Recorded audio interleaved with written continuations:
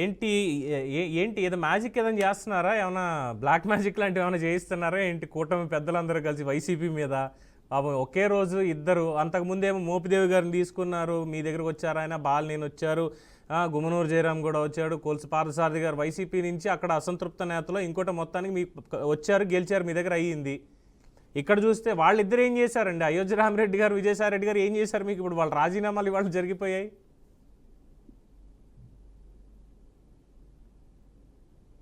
Thank you Pawan గారు.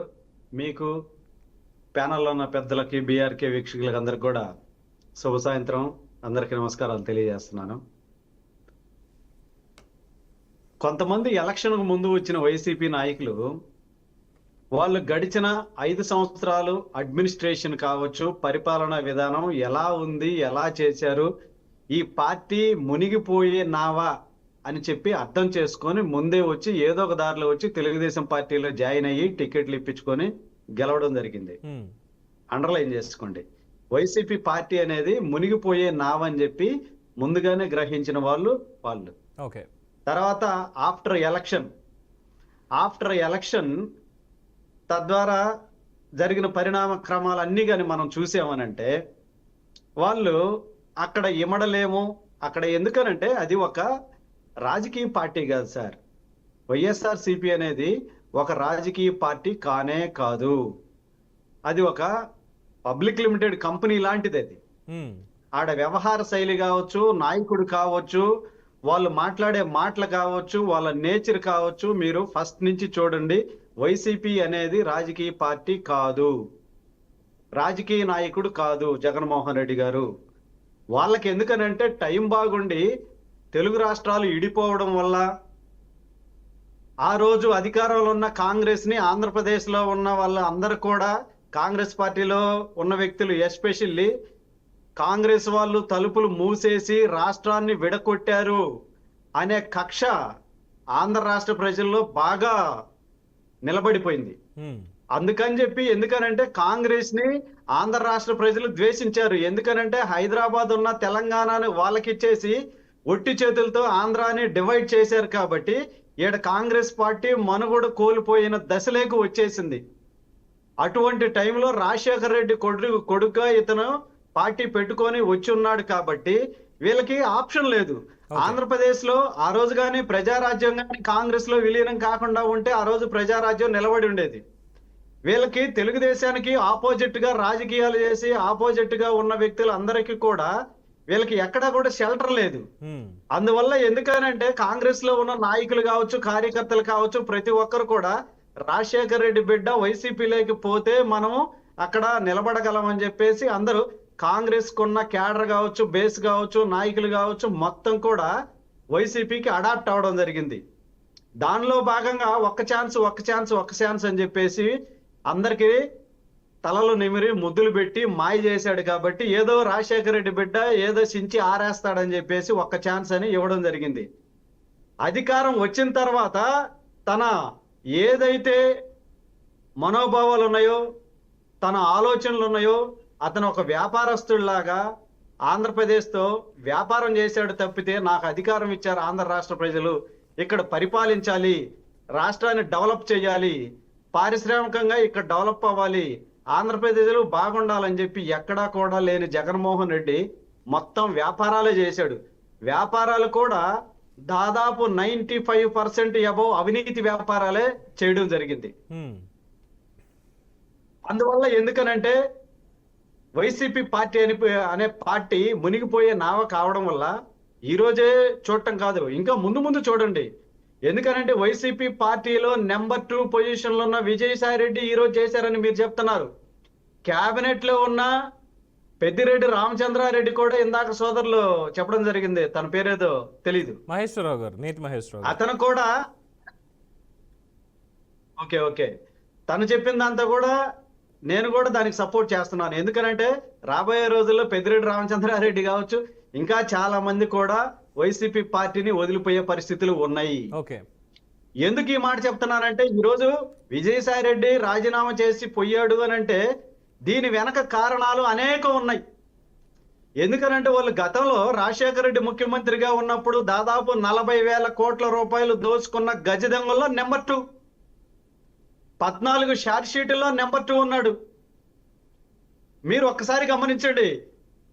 గతంలో గడిచిన 5 సంవత్సరాల్లో వీళ్ళకి 22 మంది ఎంపీలు ఉన్నా తద్వారా వచ్చిన రాజ్యసభ సభ్యుల ద్వారా ఎక్కడా కూడా బీజేపీ మాకు సపోర్ట్ ఇవ్వండి అని అడగకుండా సాగిలపడి బీజేపీ అడగక ముందే రాజ్యసభలో కావచ్చు, పార్లమెంట్ లో కావచ్చు వాళ్ళకి మద్దతు ఇవ్వడం, ప్రతి బిల్లుకి వాళ్ళు ఏం చేసినా కూడా ప్రతి దానికి అడగకుండానే సపోర్ట్ చేశారు. ఈ రోజు మన ఇంటి ముందరకు వచ్చి ఎవరన్నా భిక్షగాళ్ళు కూడా భిక్షం దేహి అని అడుక్కుంటారు, అడుక్కున్న తర్వాతే తెచ్చేస్తారు. కానీ భిక్షగాళ్ళ కన్నా హీనంగా వ్యవహరించారు గడిచిన 5 సంవత్సరాల్లో ఈ వైసీపీ నాయకులు అండ్ టీం, అధినాయకుడితో సహా. అందువల్ల ఎందుకనంటే ఈ రోజు వాళ్ళు చేసిన అరాచకాలు, అకృత్యాలు, దోచుకున్న ఖనిజ సంపదను కావచ్చు, ప్రతి ఒక్కటి గతంలోనే చాలా కేసులు ఉన్నాయి, ఇంకా కూడా వీళ్ళకి కేసులు వచ్చే పరిస్థితి ఉంది. కాబట్టి తెలివిగా బయటకు వచ్చి ఏం చెప్పాడు, పవన్ కళ్యాణ్ గారితో నాకు చాలా కాలం నుంచి మిత్రత్వం ఉంది అని ఒక మాట చెప్పారు. చంద్రబాబు నాయుడు గారితో నాకు ఎక్కడ కూడా విభేదాలు లేవు, మాకు ఫ్యామిలీ రిలేషన్ ఉందని చెప్పి ఒక మాట చెప్పాడు. అవును. మళ్ళా ఏం చెప్తున్నాడు, నేను వ్యవసాయం చేసుకుంటాను పొయ్యి అని చెప్పి, రైతు బిడ్డనని చెప్పి మళ్ళా కొత్త పలుకులు పలుకుతున్నాడు. అందువల్ల ఎందుకనంటే వీళ్ళు చేసిన అకృత్యాలకి, మోసాలకి, వీళ్ళు చేసిన దందాలకి, వీళ్ళు చేసిన చీటింగ్ పనులకి తప్పించుకోవాలంటే ఖచ్చితంగా ఏదో ఒక అధికార పార్టీలోకి వెళ్లాల్సిన అవసరం ఉంది. తెలుగుదేశం పార్టీలోకి వచ్చే అవకాశాలు, బాలగురుస్వామి గారు, తెలుగుదేశం పార్టీలోకి వచ్చే అవకాశం లేదు. ఎటు పోతారో చూడాలి, వెయిట్ అండ్ సీ. చెప్పండి పవన్ గారు. నాకు అదే ఇక్కడ చాలా అనుమానంగా ఉంది. ఇప్పుడు ఆయన మొత్తం కూటమిలో ఉన్నటువంటి పెద్దలందరినీ కూడా ఏకరవ పెట్టి అందరికీ కూడా పేరు పేరున ధన్యవాదాలు అన్నారు. At the same time Jaganmohan Reddy గారికి మంచి జరగాలి, భారతమ్మకి కూడా ధన్యవాదాలు అన్నారు. సో దీంట్లో రాజకీయాన్ని నేను చూడట్లేదు. కానీ పవన్ కళ్యాణ్ గారితో చాలా కాలంగా స్నేహం ఉంది, చంద్రబాబుతోటి వ్యక్తిగత విభేదాలు లేవు అంటున్నప్పుడు మాత్రమే చాలా అనుమానాలు ఉన్నాయి. దీని వెనకాల మీ కూటమి ఉందా? విజయసాయి రెడ్డి రాజీనామా వెనక మీ పార్టీలో చేర్చుకోవడానికి? ఒకటి పవన్ గారు, రాజకీయాల్లో శాశ్వత శత్రువులు, శాశ్వత మిత్రులు ఉండరని చెప్పి మాట, డైలాగు, నానుడు ఉంది. అందువల్ల ఎందుకనంటే ఈయన అధికారంలో ఉన్నప్పుడు తెలుగుదేశం మీద కావచ్చు, చంద్రబాబు నాయుడు గారి మీద కావచ్చు, లేదంటే పవన్ కళ్యాణ్ గారిని ఎలా మాట్లాడారు అనేది ఆంధ్ర రాష్ట్ర ప్రజలందరికీ తెలుసు. అంటే నువ్వు మీడియా ముందుకు వచ్చేసి పవన్ కళ్యాణ్ గారిని నువ్వు అలా మాట్లాడేటప్పుడు ఆ రోజు పవన్ కళ్యాణ్ గారికి నీకు స్నేహం ఉందన్న మాట గుర్తు రాలేదా? అంటే ఈ రోజు వైసీపీ పార్టీకి రాజీనామా చేసిన తర్వాతే పవన్ కళ్యాణ్ గారితో మీకున్న మిత్రత్వం అనేది ఈ రోజు గుర్తొచ్చిందా? ఇక్కడ ఆలోచించాల్సిన విషయం. అందువల్ల ఎందుకనంటే ఈ రోజు కలుగులో ఉన్న ఎలుక బయటికి రావాలి అని అంటే ఏదో ఒకటి పొగబెట్టాల్సిందే పవన్ గారు. ఈయన కేసులన్నీ ఉన్నాయి కాబట్టి వీటన్నిటి నుంచి బయటపడేదానికి శంకరగిరి మాన్యాల్లో శాశ్వతంగా ఉండాల్సిన పరిస్థితులు ఉన్నాయి కాబట్టి అందులో నుంచి బయటకు వచ్చి తప్పించుకోవాలంటే ఖచ్చితంగా తెలుగుదేశం పార్టీలోకి వెళ్ళే అవకాశం 100% లేదు. కాబట్టి అందరూ కూడా జనసేనని ఆశ్రయించే పరిస్థితులు ఉన్నాయి. అడ్డొస్తున్నాను తప్పుగా అనుకోకండి. అంటే ఇప్పుడు ఒకవేళ జనసేనలోకి కానీ, బీజేపీలోకి కానీ, తెలుగుదేశం పార్టీలోకి కానీ వెళ్ళిపోతే కేసులు అనేవి ఏమి ఉండవు, ఉన్న ఆరోపణలన్నీ కూడా పక్కకి వెళ్ళిపోతాయి, అభియోగాలన్నీ పక్కకి వెళ్ళిపోతాయి, క్లీన్ చిట్ వచ్చేస్తుంది అంటారా? క్లీన్ చిట్ వస్తుంది అని నేను చెప్పట్లేదు.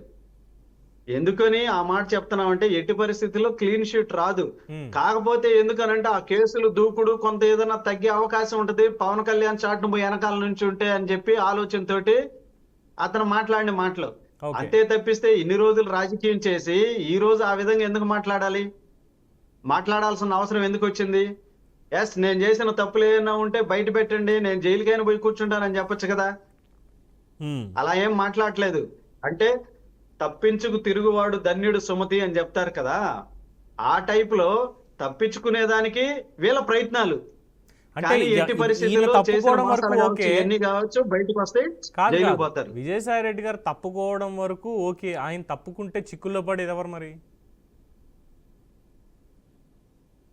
ఆయన తప్పుకుంటే మొదటి ముద్దాయి ఉన్నాడు కదా, ఏవన్నా A1 జగన్మోహన్ రెడ్డే కదా A1. అంటే ఇప్పుడు అందువల్ల ఎందుకనంటే లేదు, ఇప్పుడు ఇక్కడ ఇంకొక అనుమానం వస్తుంది వెంటనే ఈ మాటకి వస్తే. ఎందుకంటే విజయసాయి రెడ్డి అప్రూవర్గా మారితే జగన్మోహన్ రెడ్డికి శిక్ష తప్పదు అన్నటువంటిది ప్రతి ఒక్కళ్ళు నమ్ముతారు. అలాంటప్పుడు విజయసాయి రెడ్డి అప్రూవర్గా ఎందుకు మారతాడు అన్నటువంటి ప్రశ్న వస్తుంది కదా. ఎందుకు మారతాడు అని అంటే అది పిలా పాపం తలా పిడికెడని చెప్తారు కదా. ఉమ్, వీళ్ళిద్దరు కలిసి చేసిన దాంట్లో విజయసాయి రెడ్డి గారి పాత్ర ఉంది కదా. సూట్ కేసుల కంపెనీ కాడి నుంచి ప్రతి ఒక్క కంపెనీకి కిడ్ ప్రోకో అనేదాన్ని ఉమ్మడి ఆంధ్రప్రదేశ్ కి పరిచయం చేసిన వ్యక్తి విజయసాయి రెడ్డి. ఉమ్, వీటన్నిటికీ కర్త కర్మ క్రియ అన్ని కూడా జగన్మోహన్ రెడ్డికి వెనకాలండి ఏ విధంగా దోచుకోవాలి, ఆ దోచుకున్న దాన్ని అవుట్ ఆఫ్ కంట్రీకి ఎలా పంపాలి, అక్కడి నుంచి మళ్ళా మన కంపెనీలోకి పెట్టుబడులుగా ఎలా తెచ్చుకోవాలి, ఈ అన్ని తెలివితేటలు కలిగిన వ్యక్తి విజయసాయి రెడ్డి. ఈ తెలివితేటలన్నీ జగన్మోహన్ రెడ్డికి దగ్గరుండి నేర్పించి అన్ని కిట్ ప్రోకో ద్వారా పెట్టుబడులు తెచ్చుకొని తన కంపెనీల్లో పెట్టించుకున్నాడు. అందువల్ల ఎందుకంటే వీటన్నిటికీ పాత్రధారి జగన్మోహన్ రెడ్డి అయితే సూత్రధారి విజయసాయి రెడ్డి. అందువల్ల ఎందుకనంటే ఈరోజు చూడండి, వివేకానంద రెడ్డి హత్య కేసులో కూడా ఆ మర్డర్ కేసులో ఉన్న దస్తగిరి అప్రూవర్ గా మారాడు, బెయిల్ మీద ఉన్నాడు, తనకేదో శిక్ష తగ్గే పరిస్థితి ఉంది. ఆ రోజు జరిగిన మర్డర్ లో దస్తగిరి కూడా వన్ ఆఫ్ ది పర్సన్. ఉమ్, కానీ అప్రూవర్ గా మారడం వల్ల కొంత శిక్ష తగ్గేదానికి అవకాశం ఉంది కాబట్టి మారాడు. ఓకే. ఇక్కడ కూడా విజయసాయి రెడ్డి అప్రూవర్ గా మారి శిక్ష తగ్గించుకొని మొత్తం ఎత్తి ఎవరైతే ఉన్నారో ఈ జగన్మోహన్ రెడ్డి మీద పడిపోయేదైతే ఖాయం, అదైతే గ్యారంటీ కన్ఫర్మ్.